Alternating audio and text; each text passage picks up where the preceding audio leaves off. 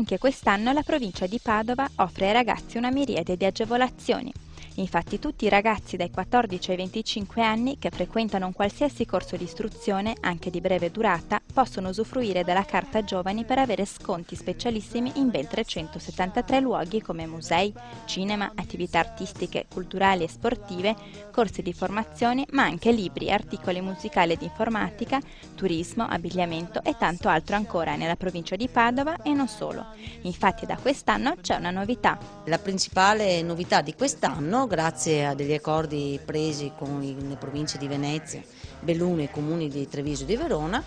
i nostri ragazzi, diciamo che in qualche maniera ho voluto offrire una maggiore opportunità ai nostri ragazzi andando quindi oltre il territorio padovano e cercando di creare una rete di relazione con altri enti comunali e provinciali che fin da subito si sono resi disponibili per un'iniziativa che io credo debba essere conosciuta e vista al di là del suo aspetto più stretto. L'iniziativa è estremamente interessante e va il plauso del Comune all'assessore Lazzarini della provincia di Padova perché ha avuto questa idea di mettere in rete tutti i giovani del Comune di Treviso, della provincia di Treviso, di Venezia, di Belluno e soprattutto mettere in rete le opportunità, che è la cosa più importante.